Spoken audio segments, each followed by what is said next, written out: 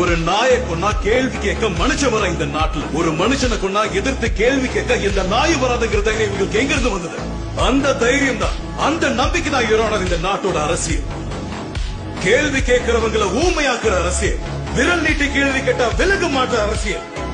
ஆனா எவ்வளவுதான் ஊமையா இருந்தாலும், எந்த சுரங்கத்தில் அடைச்சு வச்சிருந்தாலும் கண்டிப்பா கேள்வி கேட்கதான் செய்வாங்க. அதுக்கு பதில் சொல்ல வேண்டிய கடமை நமக்கு இருக்கு. ஏன்னா இந்த நாடு ஒருத்தனுக்கும் அவ அப்பம் வீட்டு சொத்து இல்ல, இது நம்ம நாடு. உங்க விஜய் உயிரன வரனா,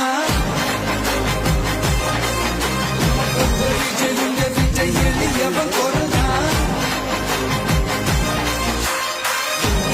உங்க விஜய் தனியாள் இல்ல கடனா, உங்க விஜய் எளியவன் கொரோனா, உங்க விஜய் தனியாள் இல்ல கடனா. மக்கள் தானே மன்னர்களை உனக்கு கட்ட வரனா.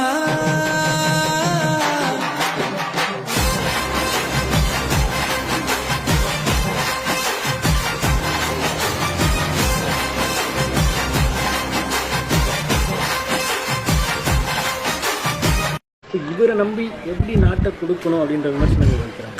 டிஎம்கே ஏடிஎம்கே இவங்களை நம்பி நாட்டை கொடுக்க சொல்ல, விஜய் கொடுக்க சொல்ல கொடுக்க கூடாதா?